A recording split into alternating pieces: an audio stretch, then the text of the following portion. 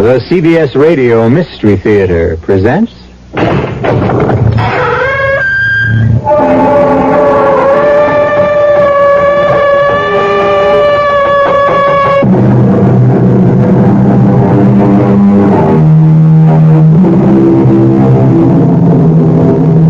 Come in. Welcome. I'm E.G. Marshall. Ferndale is an average small American town surrounded by nice middle-class American homes. It is located in a middle America state and is about as representative of the United States and what its citizens are all about as you can imagine. Nobody in an atmosphere like this has any contact with violence or walks in any fear, except who knows what hides in the private jungle beyond any respectable door. Pow! Gotcha.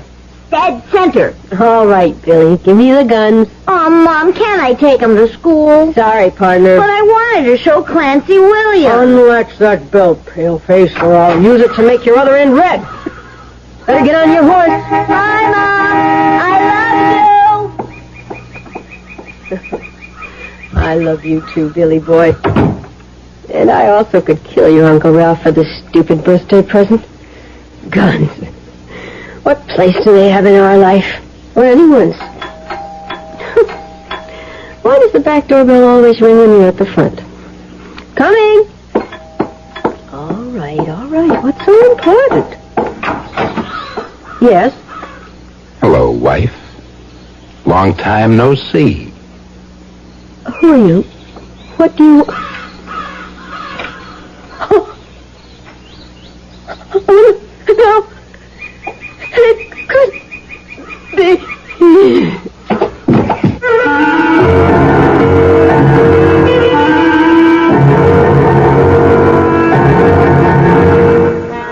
Our mystery drama, You Only Die Once, was written especially for the Mystery Theater by Ian Martin and stars Joan Loring and Joseph Julian.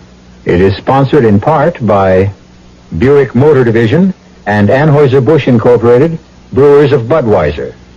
I'll be back shortly with Act One.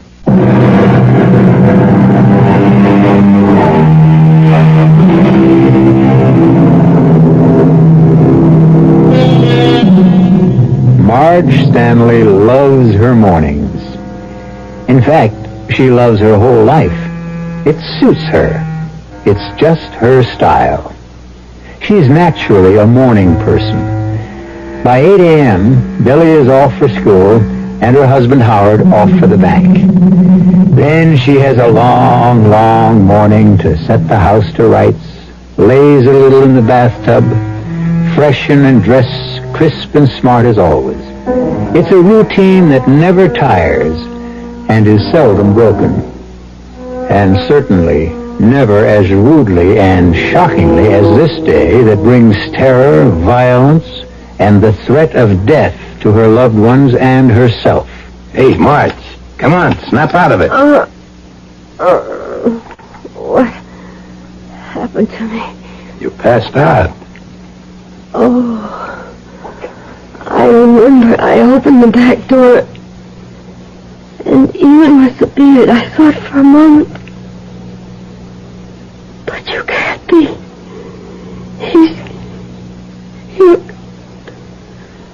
It's 8 years ago, and he's dead.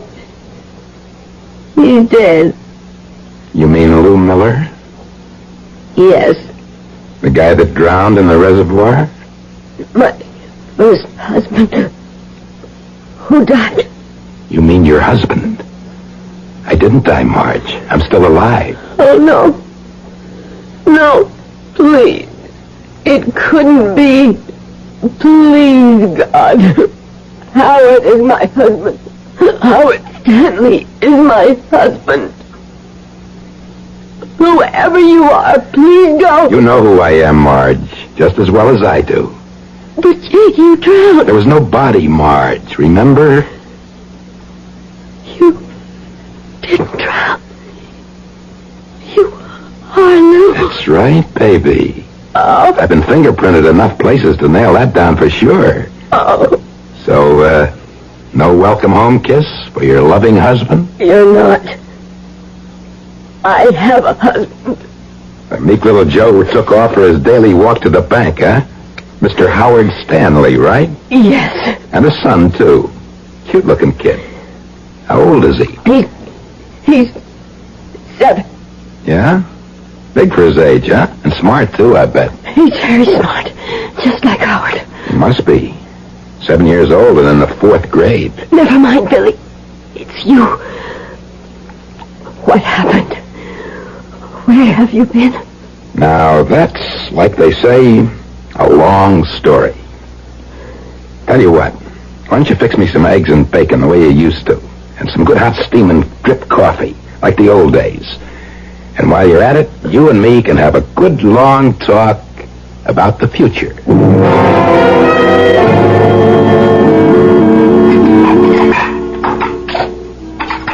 What did you come back for, Lou? And your husband.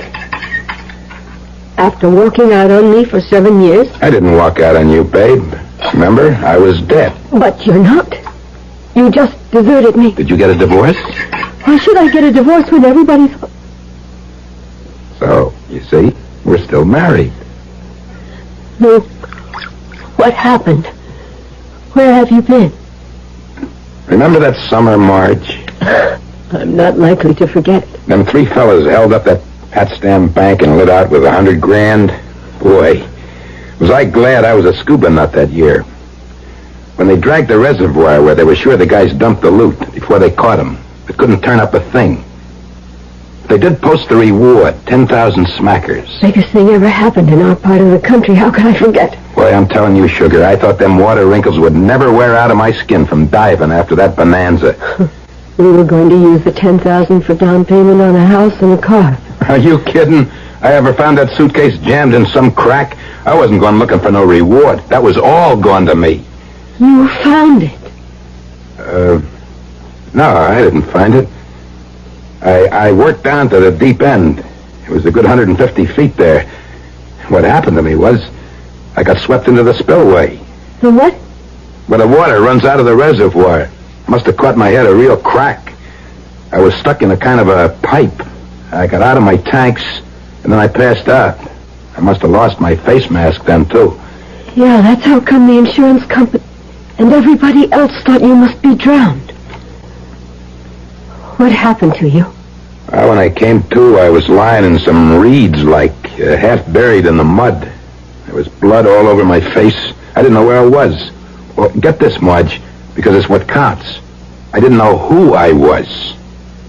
And I either got out of the flippers or I had lost them, and all I had on was a pair of swim trunks. What did you do? I busted in some house and I got some clothes. And I lit out, hiking. Worked my way west, working odd jobs. And I figured I couldn't keep drifting forever. I had to establish some sort of, what do you call it? Identity. Yeah, that's it. Like who I was. I had to be someone. So I joined the service. 6-year hitch. And 2 nights after I'm out, I got hit in the head in a barroom, Brannigan, and pow, I remember who I am. So I figured I'd come home. You and me have some talking to do. What? I need a stake, Marge. Some dough. That's one reason I looked you up.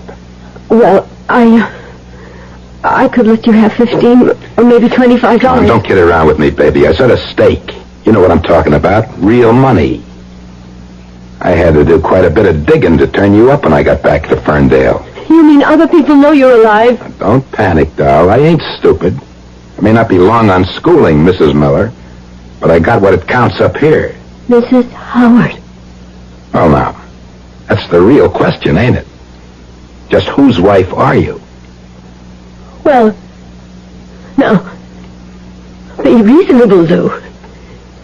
There isn't any question of that. I mean, you and I were married less than a year. Howard and I have built a life together for nearly 7 years. What does your husband do at the bank? He's, a bank officer. Class job, huh? Pays pretty good, huh? Banks don't pay that much money. Not even to senior vice presidents? I told you I've been snooping around a couple of days, sweetheart, so don't try any tricky stuff. Now, let's get down to real business. Just what's it worth to you to keep this happy little home you got all in one piece? I don't think I have to tell you what it's worth. I have a savings account. I've been saving for years for a trip we wanted to take. If you'll get out of my life again, you can have it. How much? It's nearly $3,500. And where is it? At the bank. Your husband's bank? Yes. What would you do, just go there and draw it out? Yes. Supposing your husband caught you doing it, how would you explain? I'll go on his lunch hour. He won't have to see me. And where will I be? You can wait here or come with me, whatever you want. And no cops. No mention of any of this. Do you think I want anyone to know you're still alive? That no matter how innocent it was, I've been living with another man as his wife when I wasn't really. You think I want Billy mixed up in this? It's a small town, Lou. And a lot of people are smaller, and this happens to be a terribly important time in my husband's life. Yeah, I gathered from the posters. Running for mayor, ain't he? I don't want to discuss Howard with you. I just want to do whatever I can from hurting that man I love. So I will go to the bank and get the money, or you can come with me. All right, let's knock off all the pretty talk and take a real look at where we stand. Now, you're not paying me off with any measly $3,500. How much do you want? Something in the neighborhood of 30,000 green ones. Oh, you must be crazy. We haven't got that kind of... I had an insurance, Marge, remember? 15,000, double indemnity. Oh. They ever pay off? Well, I... Oh, come on, then. Don't try to give me any hard time. Yes, they did. So, of course, you blew it all on a new house and goodies. But I'll lay you odds you got a sock full of other dough somewheres. You'll pay off. Why should we? Because you've been living with a man you're not legally married to. I'd get a lawyer's opinion, first of all. And I would be willing to bet right now that no court would hold me or Howard responsible for an honest mistake. You'd have to give back all that pretty insurance money. You can't collect on a corpse that ain't. That could be arranged. Ah, so you do have it socked away. Whether or not we do is none of your business. There's another little thought you might have in mind. How many votes do you think it's going to cost your husband for mayor when I make this public? Or just as much of a louse as I discovered right after I was stupid enough to marry you. Howard will take his chances. I think I can speak for him. Can you speak for him on everything? What are you getting at now? The one other person concerned in all this. Billy. You leave Billy out of this. How can we? He has nothing to do with you. It was a good try, Marge. But what kind of a lunkhead do you think I am? First moment I found out there was a kid involved. Yesterday. I went and looked up the birth certificate. Oh. Billy ain't no 7 years old. He's 8. Oh. And as stupid as I am, I can count. That makes him my kid. He doesn't know that, Lou. He thinks Howard is his own father. Okay, baby, we could leave it that way. Just so you come through with the 30 grand. That's the only way you're going to get rid of me now. Until then, you got a monkey on your back.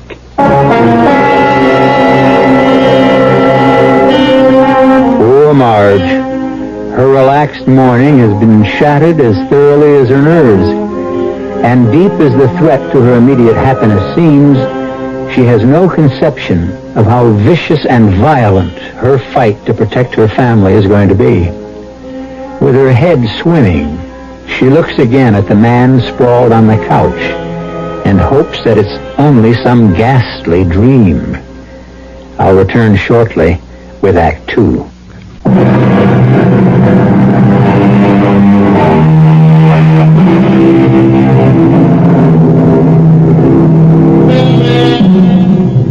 The shock of meeting a husband you have believed dead for over 8 years is enough to numb and scramble anyone's mind. At least Marge found it so. She couldn't believe that Lou was any real danger to breaking up her present family legally, nor that the publicity would mean anything in Howard's campaign. But two things did terrify her.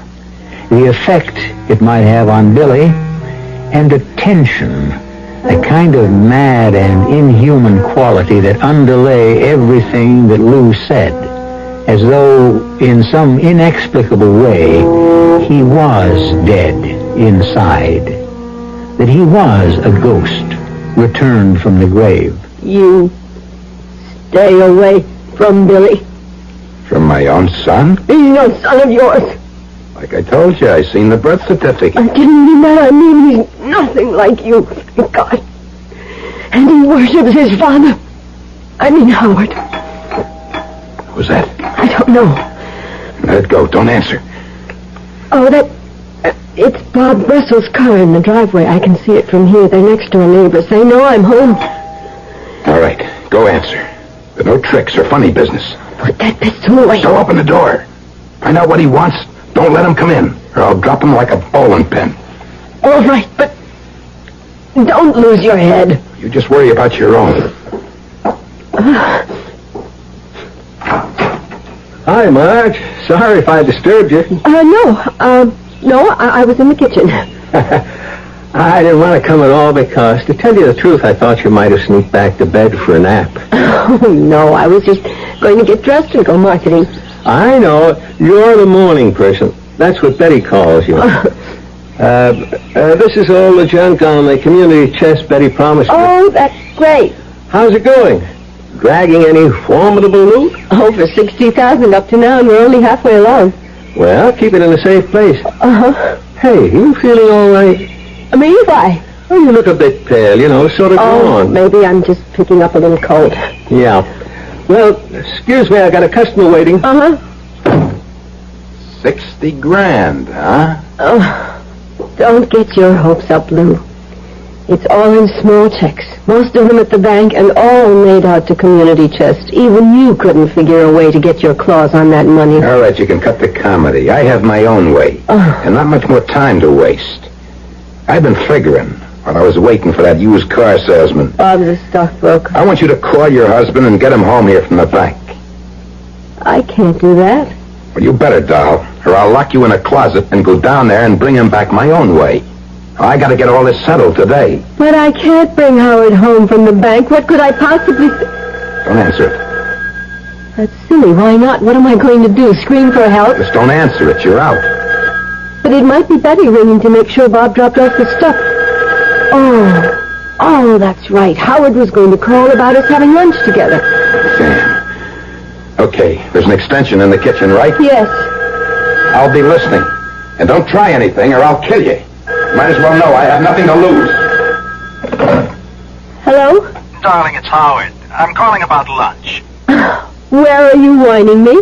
Well, what was that? What was what? Was Billy home? Anyone with you? Why, no. Why? It sounded as though someone was on an extension. Oh, don't be silly about lunch. Why don't we have it here at home? Well, I'd veto that anyway, but it's what I was calling about. I can't make lunch. Oh. I've got to run up to the state capitol, have lunch with a man. I'm certainly glad it isn't another woman. Couldn't you put it off for today? I'm sorry, honey, not a chance. See, this guy has got the votes I need in his pocket. I want to be mayor, honey, just long enough to clean up our own little backyard. I know, dear. So, when will I see you? Oh, around dinner time. I love you. You take care of yourself. I love you. Howard, Why did you let him get away like that? what could I do? I'll tell you what you're going to do. Call him back. Get him here. How? I don't care how. Tell him you're sick or Billy's sick. Lou, I can't get away with that You now. do what I tell you, damn it! Call him. Why can't I tell him the truth? You want to? He's got to know sometime. All right, then tell him here, where I can handle him. And he doesn't get any fancy ideas of ringing in anyone else. Dial. I'll call his private number.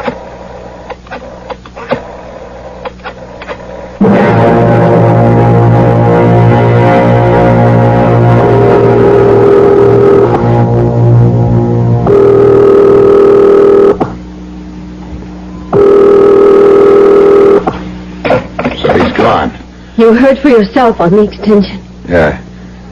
Well, maybe just as well. Now, look. I'm coming back to something. That insurance money. But it doesn't really exist now you're alive. Listen to me. Please. That hurts. A lot more things going to hurt if things don't go my way. Now, first, the insurance money. Where is it? Don't get me mad, baby, or things are going to start getting real rough. When it finally came through, we put it in a custodian account for Billy. Now, that's real nice. Only Billy doesn't need it anywhere near like his old man does. So I'll tell you what. We got it made. Howard's out of the picture. So you and me will just stroll over to the bank. You can draw out the 30 grand and give it to me, and all our troubles will be over. That won't work, Lou. Why not? Because Howard is the custodian, not me. Damn. Why does everything have to go sour for me? Now what are we going to do? I told you I have a little money in the bank. Now let's forget that chicken dribble.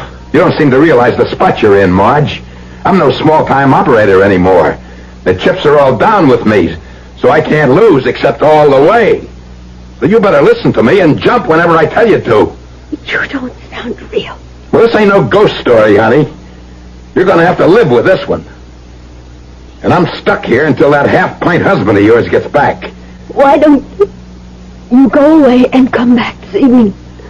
I've got a whole day of appointments. I ain't going nowhere. Neither are you. But it's just like kidnapping. You named it, baby. You named it. All we're waiting for now is the payoff.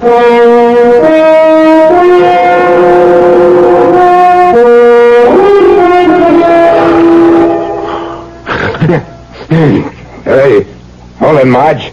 Where do you think you're going? I was just going to the front door. It's about time for Billy to be coming home from school. You just stay away from doors. I'll tie you up. I've been on the go so long, I've forgotten what sleep is. Tie me up? Yeah. I don't want to take no chances you get some crazy idea taken off. We're calling the police. With Billy coming home, I wouldn't dare. To leave him alone with me, huh? Yes. And why would I call the police? You do have some right to be here. Look, I'm desperate, Marge. I'm not kidding you anymore. All that guff about getting amnesia and stuck in the spillway, forget it. I was just trying to keep things nice and simple at first. You found that money in the reservoir all those years ago. That's right. I was going to take off from you anyway. You and me were a mistake from the beginning. Oh, that's true enough. You just wanted kids and a home. I wanted the big time. For a while, I had it. I left my air tank and my face mask bobbing in the middle of the lake, and I swam ashore. I took off for Vegas. Had a run of bad luck, so I blew the 100 grand. I had to get even with the tables, so I used a little muscle here and there with the private citizens to keep myself in bread. You mocked people? Don't look so holier than thou. I got my comeuppance, if you want to know. 6 of the years since I left you, I spent in security prisons. I won't tell you what for. I'll tell you one thing. The next thing they get me for, if there is to be one, that's it. I'm in for good. So don't make any mistakes about how desperate I am. So get away from that door now. Make me some coffee. And where's the job? It's on the way to the kitchen.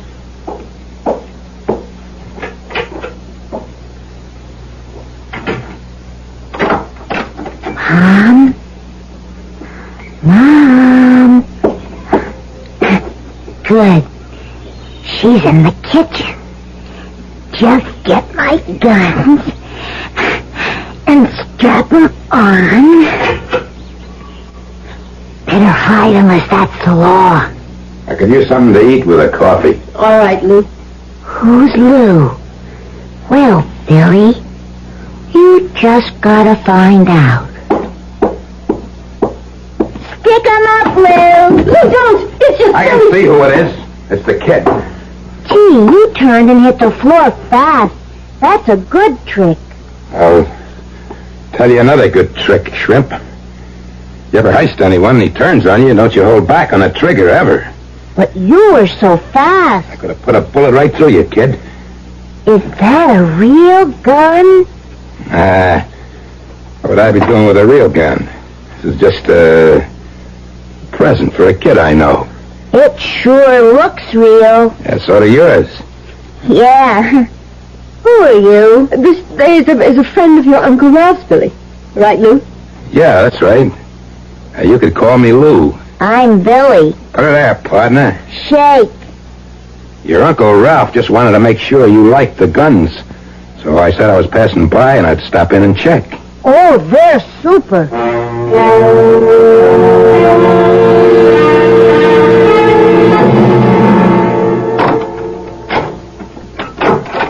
Hi, darling.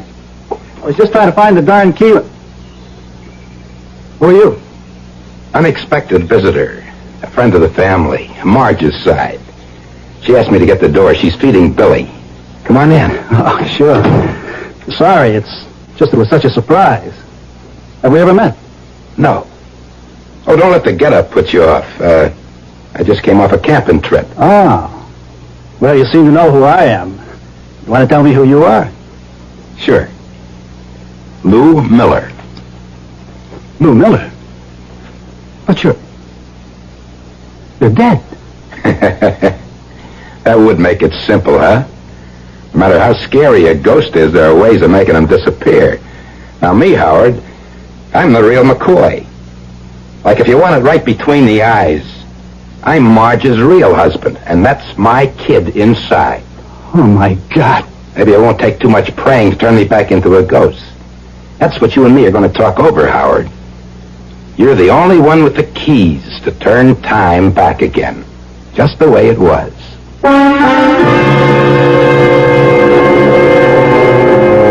A completely stunned Howard can only stare at this specter from the past. A man so evidently his physical superior that he could not solve anything on that level, nor on any other level, as he is about to find out. I'll return shortly with Act 3.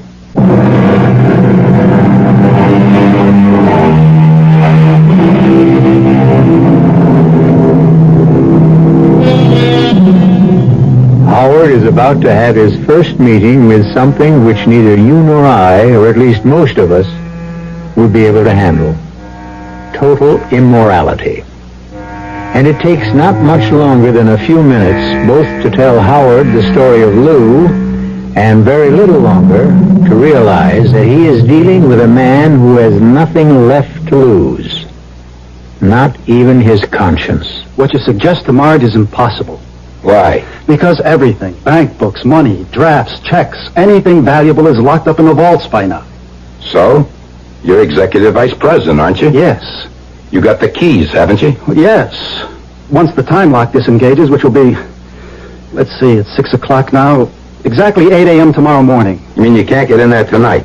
You'd need an atom bomb to blow that vault door open. The first thing tomorrow morning, you could get those bank books and cash in the dough. Well, I could, but I can't. Why not?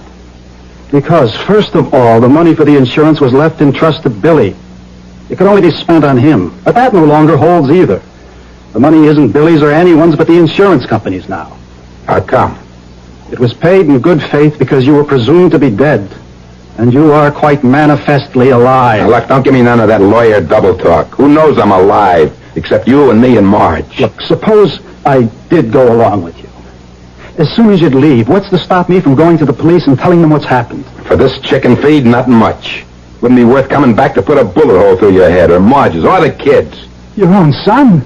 Who wants him? I never did. One big reason I lit out. You're welcome to him. Daddy. Why didn't you come in and see me as soon as you got home? Well, I knew you were eating dinner. We have a visitor. He heard his father's voice, and there was no holding him. Want to see some of the tricks Uncle Lou's been showing me with my gun? Uncle? Lou's a friend of Ralph's, Howard, and just sort of got made an honorary uncle. It's all right, Marge. I know who Lou is. Oh, the twirly parts I'm not so good at yet because my hands are kind of small, and I haven't had enough practice, Lou says. But I'll show you one thing he taught me. Turn around, Lou. Billy, I really think... It's okay, Marge. Let the kid have his fun. Okay, I'm turning my back. I don't know you're there. Stick 'em up.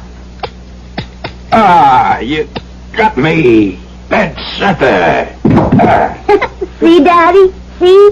If you're going to heist a guy and he starts to turn on you, hit the trigger right away. That's what Uncle Lou taught you? If you don't want to find yourself dead. But supposing the other man doesn't have a pistol? Who takes chances? Besides, Billy knows I have one. Still there, you see? That's not a real pistol either. Oh, of course it isn't. Who'd have a real pistol in this house? Can we play some more now? Nope, Billy, that's enough. Time for bed.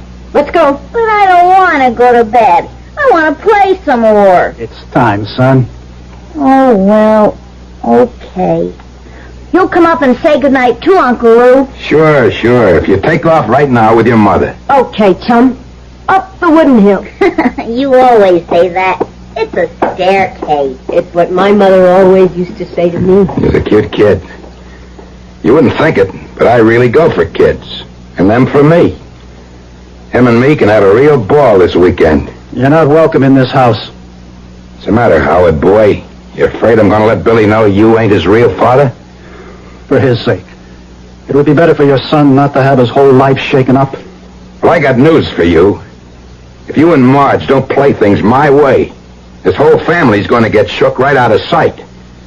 Now go pour me a shot till we get the kid out of this, and I can lay out for you and Marge just how we're gonna play this thing. You can't ask me to rob my own bank. I ain't asking, I'm telling you. A Monday morning, once that time locks off, you pack a suitcase with 250 grand. And don't go writing down serial numbers. And keep the bills as small as you can. But what's the point? You can't get away with it. I'll be sitting here with Marge and Billy, and little Bertha here. Anything goes wrong with the outline I already gave you, anything, you're suddenly out a wife and a kid, right? But no matter how much time we try to set up for you, your getaway, the police will be right on your trail. How, Howie boy, how? I'm dead, remember? I don't even exist. Who'd be looking for me? When we tell our story. Don't you see it all, Howard? Do you think any of us is going to be alive after... Who the devil is that? What kind of a double cross is this? That's a sheriff. Now, look, don't lose your head. He's an old friend. He could have stopped by for a dozen reasons. Well, one of them better not be me. Now listen, both of you. I'm going upstairs with Billy. You leave all the doors open. If anything goes wrong, let me tell you both, this is a real gun. And the first shot I fire goes right through the kid's head. Your own son? What kind of a man are you? The kind neither of you patsies would like to find out about. Open up and get rid of him. Hey, Jim. The lights are all on. I knew someone had to be home. Yeah, well, we were just sitting down to dinner. Well, this won't take long, but I'd like to step inside. Sure. Hi, Marge. Hello, Jim. Everything okay?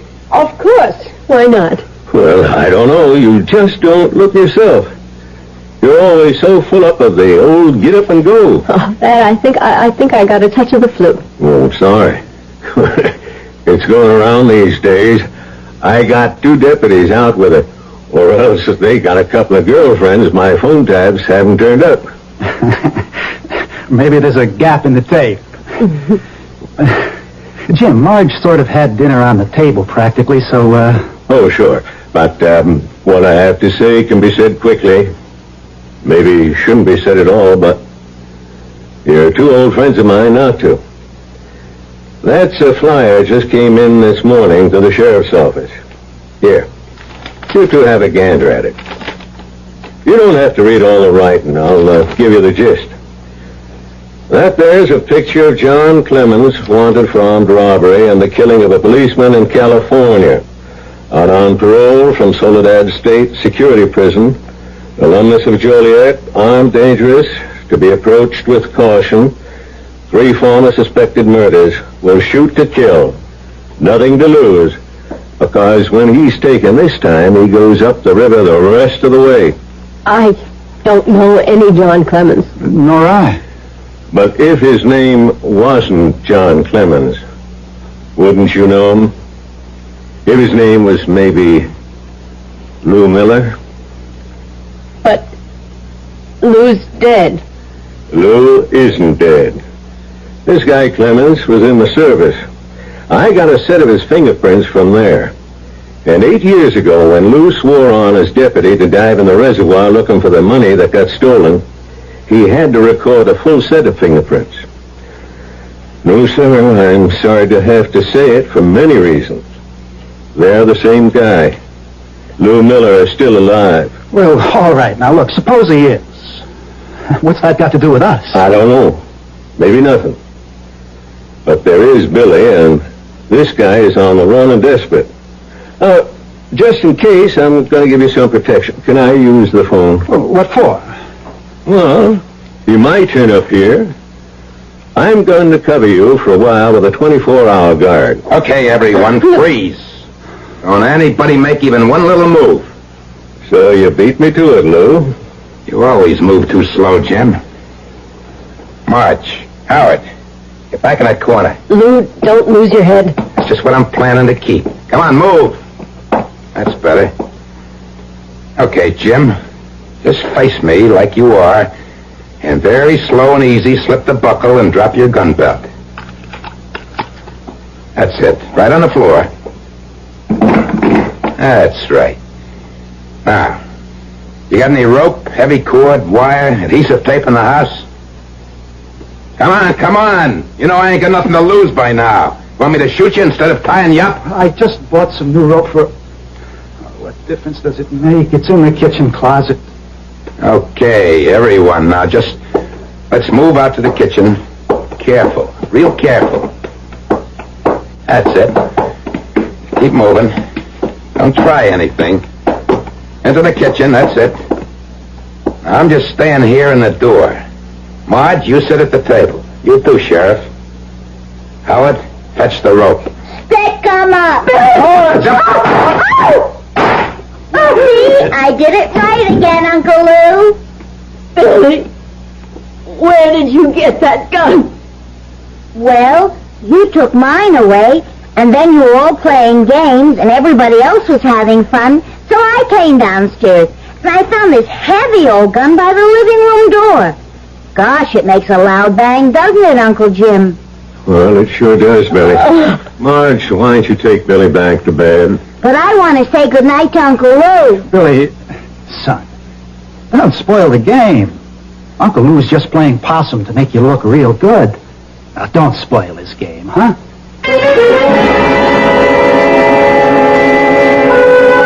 How is he, Sheriff? Bullet got him right in the spine. Too late for the ambulance. How is he, Howard? This time he's gone for good. Oh, Did you get Billy to bed? yes. What's going to happen to us now? Howard, what have I brought on you? We'll weather it, Marge. But the whole story will come out now. And I'm not thinking about us. But what it'll do to Billy. What a thing to grow up with. Just a minute, you two. Isn't there a quote somewhere about God moving in a mysterious way his wonders to perform? Well, that's almost the exact quote, but... Main thing, it seems to me, in all this is to keep Billy from being all broke up over what was an accident. Jim, when this story breaks in the papers, how can it be kept from Billy? The question is first, can it be kept out? How? Of course, there's got to be a story. A man is dead. But a story about what man? I don't understand you. You're returning that insurance money to the company, of course, Howard. Well, naturally. So now let's take a good, hard look at the rest of it. Now, I intend to have a long talk with Judge Markham. Now, I can't answer for him, of course, but I've known him all our lives. Now, if I was in his place, here's the way I see it. This man's legal name is John Clemens. He's been using that name for over 8 years. He's a known killer. There's a statewide alarm out for him. So now, here's me, the sheriff, an old friend of yours, visiting for the evening, when this John Clemens tries to pull off a heist. 2 shots are fired, one from my gun, one from his. The one from my gun kills this John Clemens. So, Where does Lou Miller figure in this? A man already dead 8 years? You mean Billy the whole time doesn't have to know exactly what he's done? It was an accident, Marge. The child has no idea what he's doing. Who'd want to place this burden on his shoulders? Like I say, it's not my decision, thank God. But I'd hoped Judge Markin feel about it that you only get a chance to live once. Seems fair enough to me. The best you ought to have is, like him, one chance to die. What would you do? What would I do? Faced with a decision like this. Open up an old, closed Pandora's box and saddle an 8-year-old child with a swarm of circumstances he's not equipped to handle and mark him for life? Or leave the alternative truth that a man who chose another life and another name and who long deserved to die finally met his comeuppance, killed by a bullet fired in self-defense. Perhaps the sheriff said it best. God moves in mysterious ways. I'll be back shortly.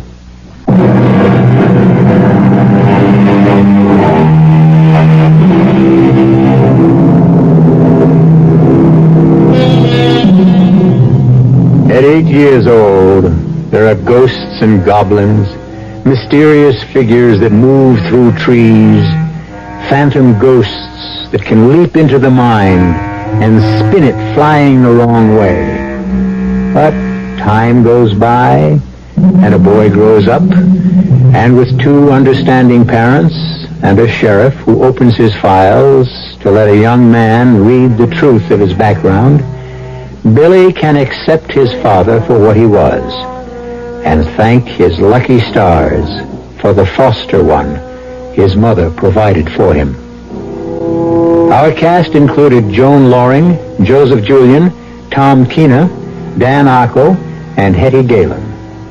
The entire production was under the direction of Hyman Brown.